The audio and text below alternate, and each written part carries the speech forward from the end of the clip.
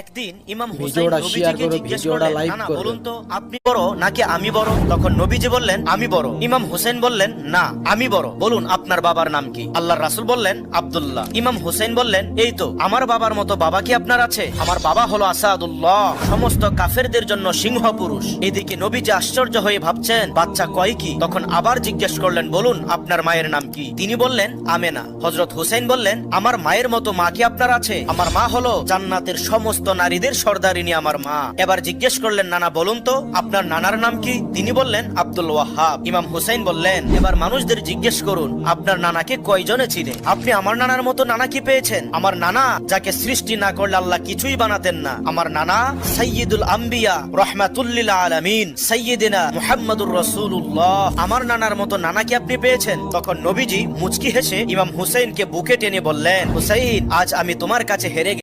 একদিন